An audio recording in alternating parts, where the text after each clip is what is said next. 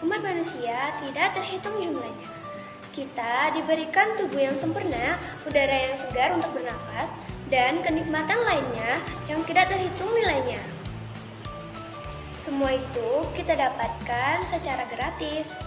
Seperti itulah bukti kecintaan Allah Subhanahu wa Ta'ala kepada kita umatnya. Jadi kalian semua tahu nggak sih apa itu hakikat mencintai Allah Subhanahu wa Ta'ala? Jadi di sini izinkan saya memberitahu. Cinta dalam bahasa Arab disebut dengan hub, sedangkan dicintai atau mencintai disebut dengan mahabbah. Hakikat cinta itu adalah apabila Anda telah bisa memberikan secara keseluruhan kepada yang kita cintai sehingga tidak ada tersisa apapun bagi kita. Cinta itu ada yang bertingkat-tingkat. Ada cinta yang rendah, maka cinta ini derajatnya rendah dan hina. Ada pula cinta tinggi, maka cinta ini mulia tingkat derajatnya. Lalu ada juga yang sedang, kuat, dan yang lemah. Imam Al-Ghazali menjelaskan bahwa cinta kepada Allah Subhanahu wa Ta'ala adalah tujuan utama dan tertinggi dari seluruh derajat atau level spiritual. Ada juga loh tanda-tanda cinta kepada Allah Subhanahu wa Ta'ala. Apakah kita semua termasuk? Mari kita simak. Yang pertama yaitu mencintai Nabi Muhammad SAW. Seseorang yang mencintai Allah Subhanahu wa Ta'ala pasti juga memiliki rasa cinta kepada Rasulnya, sebagaimana dalam firman-Nya surat Al-Imran ayat 31. Qul in kuntum tuhibbuna Allah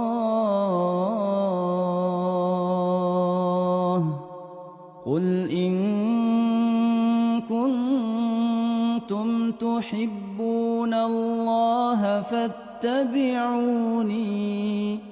فاتبعوني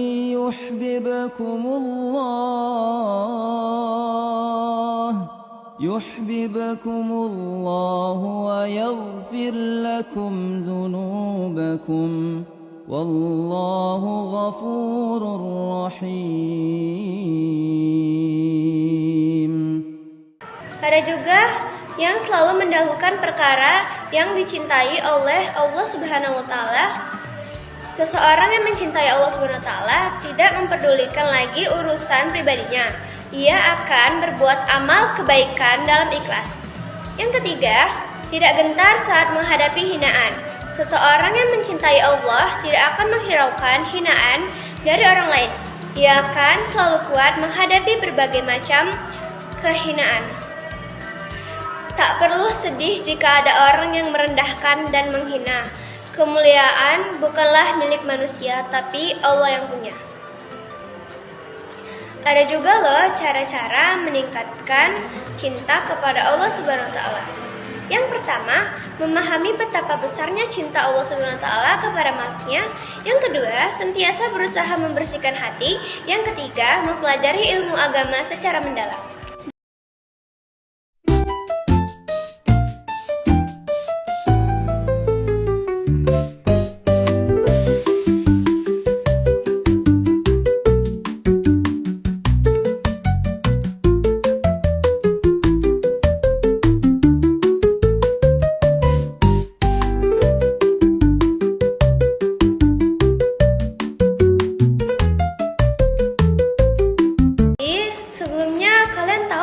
Apa itu kauf? Secara etimologi, kata kauf berasal dari bahasa Arab yang bermakna ketakutan, kepanikan, terkejut, dan bingung. Secara istilah, kauf adalah suatu sikap mental merasa takut kepada Allah Subhanahu wa Ta'ala karena kurang sempurna pengabdiannya.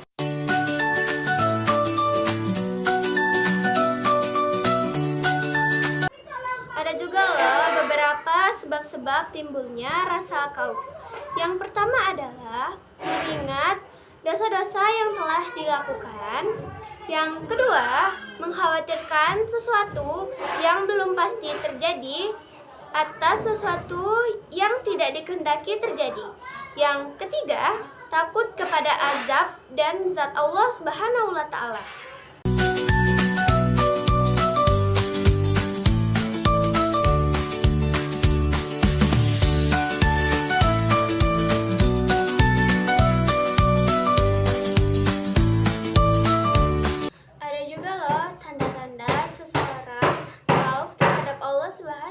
Ta'ala.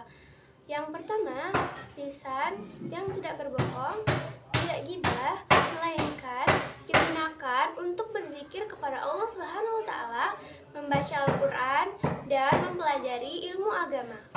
Dan yang kedua, hatinya bersih dari hasad dan dengki. Yang ketiga, penglihatannya tidak pernah digunakan untuk melihat hal-hal yang haram. Cara menumbuhkan sifat kahuf terhadap Allah Subhanahu wa Ta'ala, yaitu yang pertama, memperdalam ma'rifatul atau mengenal Allah Subhanahu wa Ta'ala. Dan yang kedua, banyak mengingat kehidupan akhirat yang lebih kekal dan abadi. Yang ketiga, membaca kisah-kisah keteladanan Nabi, sahabat, dan para ulama.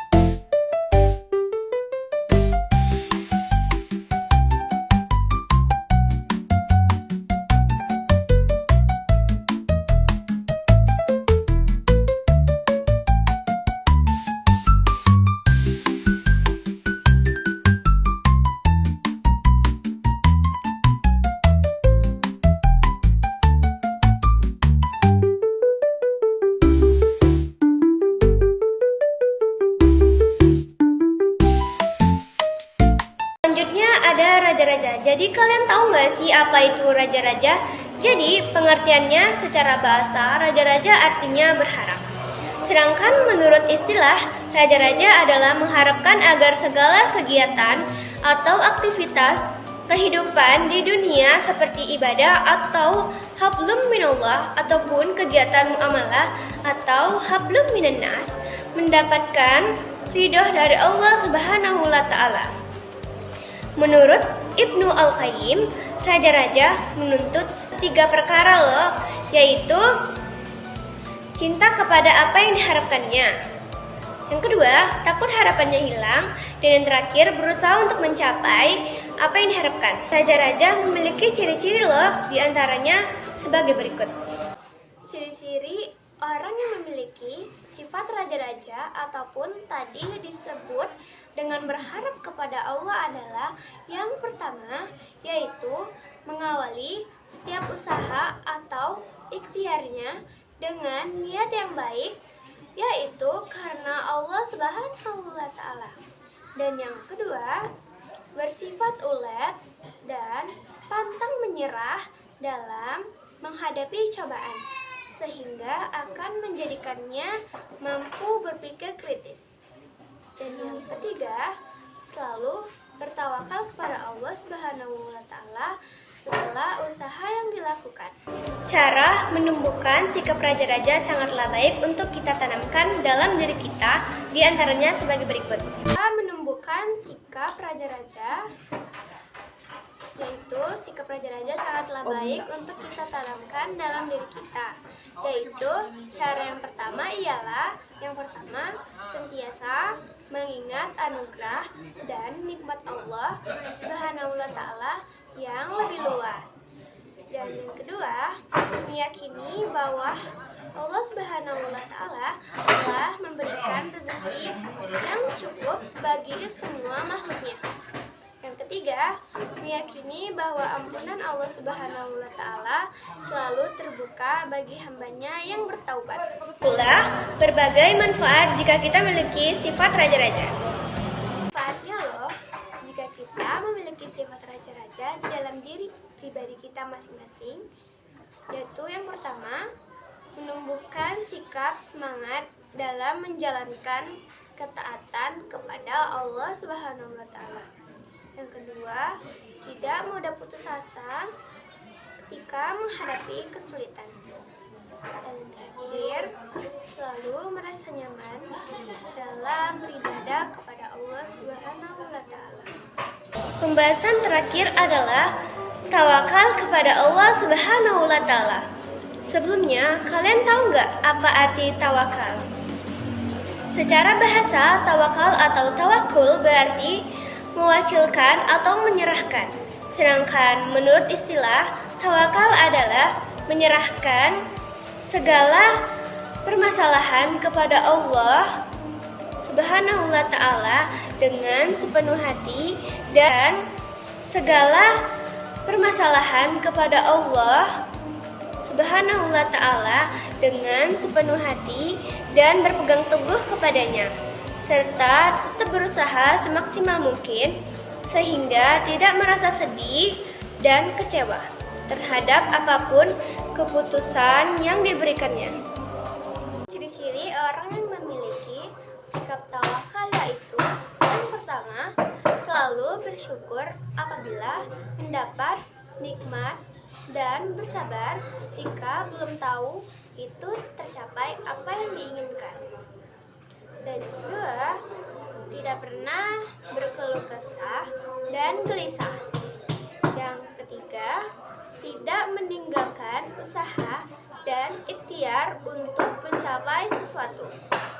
Keempat, berusaha memperoleh sesuatu yang dapat memberikan manfaat kepada orang lain.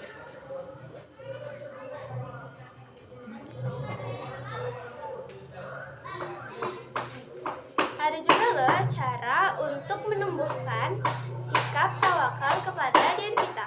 Yang pertama, selalu optimis dalam menghadapi segala sesuatu.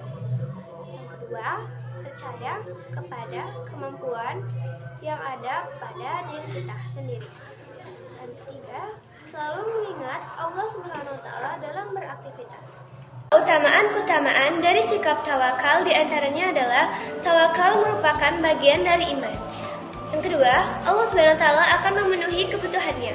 Yang ketiga, mendapatkan kebaikan di dunia dan akhirat. Keempat, mendapatkan perlindungan dari godaan syaitan. Dan yang terakhir, mendapatkan kenikmatan yang terus mengalir.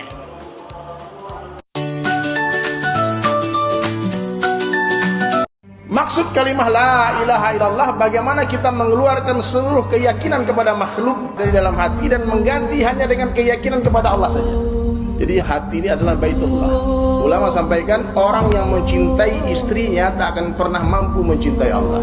Orang yang mencintai suaminya tidak akan pernah bisa mencintai Allah. Orang yang mencintai anak-anaknya tidak akan pernah bisa mencintai Allah. Orang yang mencintai dunia tak akan pernah mampu mencintai Allah. Tapi orang yang mencintai Allah, dia pasti akan mencintai istrinya karena Allah. Dia pasti akan mencintai suaminya karena Allah. Dia pasti akan mencintai anak-anaknya karena Allah. Jadi awal cinta itu Allah dulu. Allah dulu. Hadirin sekalian, jadi orang-orang yang beriman, mereka tidak takut kepada siapapun kecuali kepada Allah. Mereka tidak pernah meminta kepada siapapun kecuali kepada Allah. Ada pertanyaan terkait tentang khauf. Apa sebenarnya makna takut kepada Allah? Apakah takutnya seseorang kepada Allah itu seperti takutnya seseorang dari hewan buas? Bukan. Tapi dikatakan oleh banyak ulama, orang yang takut kepada Allah ada 3 yang akan dia pegang. 1, membuat ia bersegera dalam perintah. 2, membuat seorang hamba menjauh dari yang dilarang. 3, membuat seorang hamba akan senantiasa merasa diawasi dalam setiap langkah. Rasa takut itu menghadirkan khauf war raja. Ada rasa khawatir, ada rasa cemas, namun demikian ada rasa penuh harap. Kalau kita ingin memiliki sifat roja, harap kepada Allah, sudah, supaya kita tidak cemas dengan nanti, besok, lusa yang akan datang, yang belum terjadi, supaya kita tidak cemas dengan jaminan Allah kepada yang belum terjadi. Caranya adalah ingat apa yang sudah Allah berikan kepada kita selama ini. Ingat kepada pemberian Allah, syukuri pemberian Allah, hakul yakin nanti besok lusa yang akan datang Allah beri tambahan nikmat. نفسي بنور من فؤادي أنا ما رددت يا رب العباد وانتشت روحي وصار الدمع يجري يا إلهي خذ بقلبي للرشاد اشراقت نفسي بنور من فؤادي.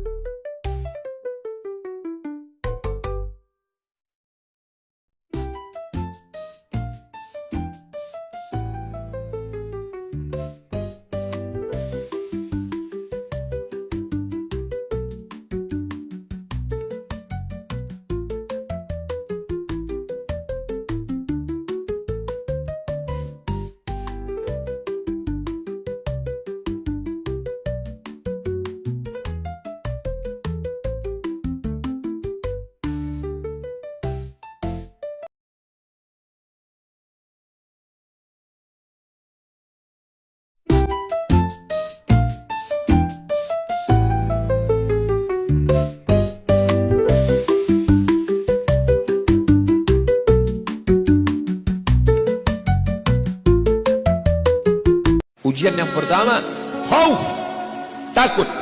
Yang kaya takut miskin, yang senang takut susah. Apakah takut itu bisa membuat orang menjadi kafir? Ya. Saking takutnya miskin menghalalkan segala cara. Apa yang membuat orang melakukan perbuatan haram? Takut. Artis ingin eksis di panggung hiburan, maka dia buka yang tidak semestinya dilihat oleh bukan mahramnya. Apa yang membuat orang takut? Takut, takut, takut. Walanabluwannakum bisyai'in minal khauf. Kami uji kalian dengan rasa takut. Walju', lapar. Lapar, di mana letak lapar? Perut. Berapa panjang perut? Sejengkal. Gara-gara perut yang sejengkal, orang menghalalkan segala cara. Sejengkal perut, sejengkal di atas pusar, sejengkal di bawah pusar. Nafsu perut, nafsu syahwat. Kedua-dua nafsu ini membuat orang menjadi menghalalkan segala cara. Berikhtiar tanpa bertawakal itu adalah sombong, sedangkan bertawakal tanpa berikhtiar secara sempurna adalah bohong. Karena itu di dalam Islam kita diajarkan bahwasanya ciri orang yang bertawakal adalah dia senantiasa memaksimalkan ikhtiarnya, dia senantiasa memaksimalkan usaha-usahanya. Maka ketika dia beriman pada Allah dan meyakini rizki adalah milik Allah dan diberikan oleh Allah, maka dia akan berusaha sebaik-baiknya untuk mencari rizki itu, bukan justru dia menjadi malas dan tidak berbuat apapun.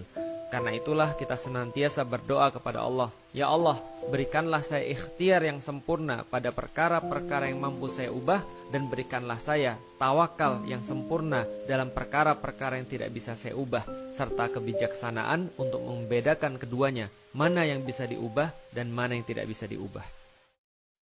Jadi kalau orang itu makin cinta sama Allah, kalau dia jujur mencintai Allah Subhanahu wa taala, nah cintanya kepada Allah itu akan membuahkan cinta kepada orang-orang yang mencintai Allah, orang-orang yang bertauhid, orang-orang yang salat, orang yang menyembah Allah Subhanahu wa taala. Semakin tinggi imannya, semakin kuat cintanya kepada Allah, semakin cinta kepada saudara-saudaranya sesama mukmin. Makanya Nabi SAW sampai permisalkan keakraban mukmin dengan mukmin yang lain itu Nabi misalkan dengan apa jamaah? Jasad. Filosofi apa yang kita bisa petik dari permisalan Nabi mempermisalkan persahabatan itu dengan jasad? Kalau ada satu anggota tubuhnya yang sakit, maka yang lain akan merasakan, yaitu empati, rasa kasihan, kepekaan sosial. Itulah persahabatan itu. Jadi kalau orang itu makin cinta kepada Allah, makin kenal sunnah, makin tinggi imannya, kepekaan sosialnya makin tinggi.